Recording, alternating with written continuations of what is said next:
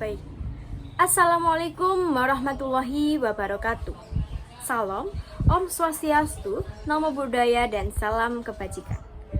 Perkenalkan, saya Sabrina Nurita Doktaviani dengan NPM 2404 10 10 110. Kali ini saya akan menjawab pertanyaan soal evaluasi tengah semester mata kuliah Governansi Digital kelas H041 dengan dosen Pak Bagus Nuari Harmawan, SOS MPA. Baik, langsung saja ke pertanyaan yang pertama. Jelaskan perbedaan antara tata kelola pemerintahan konvensional dengan berbasis digital. Baik, menurut sepemahaman saya, tata kelola pemerintahan konvensional masih menggunakan cara manual dalam proses administrasi. Misalnya dengan tatap muka secara langsung atau masih menggunakan alat-alat secara fisik seperti kertas, ballpoint, pensil, dan sebagainya. Hal ini dapat memakan waktu yang lama dan bagi masyarakat yang tinggal di daerah terpencil sulit mengakses layanan tersebut. Baik, sedangkan untuk tata kelola pemerintahan berbasis digital sudah menggunakan internet dan aplikasi online dalam pengaplikasiannya. Sehingga hal ini dapat membuat prosesnya lebih cepat, mudah, dan dapat diakses kapan saja dan di mana saja oleh masyarakat.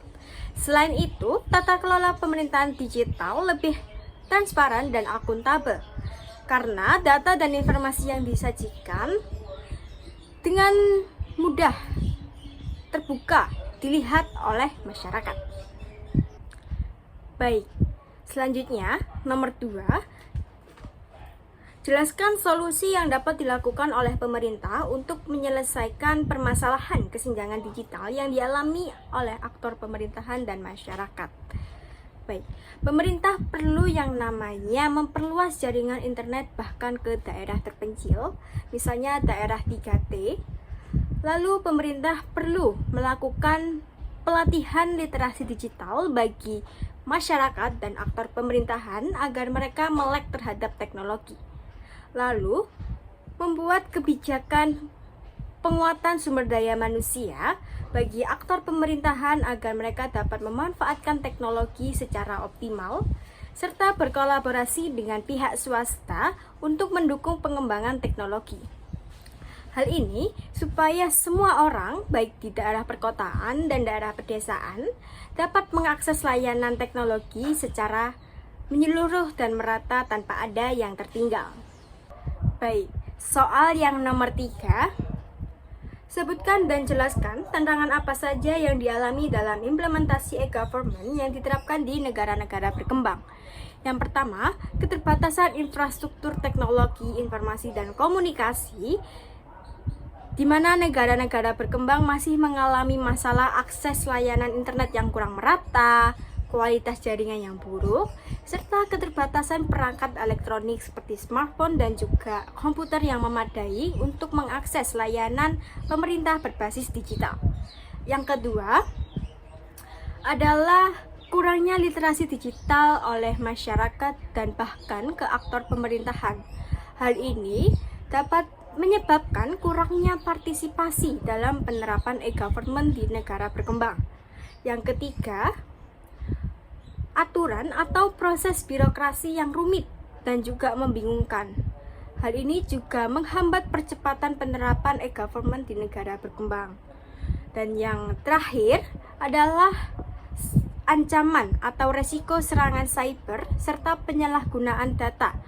Hal ini menyebabkan turunnya kepercayaan publik terhadap kebijakan atau program digital layanan yang dilakukan oleh pemerintah.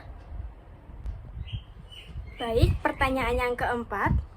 Menurut Anda, bagaimana penerapan prinsip transparansi dan akuntabilitas dalam governansi digital dapat meningkatkan kepercayaan publik terhadap lembaga pemerintahan?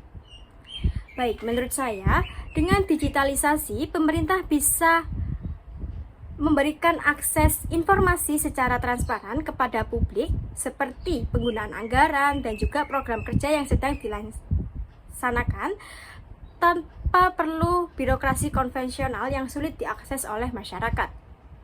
Akuntabilitas juga dapat meningkat karena masyarakat bisa mengawasi kinerja pemerintah, memberikan masukan, serta melaporkan keluhan melalui aplikasi atau platform digital.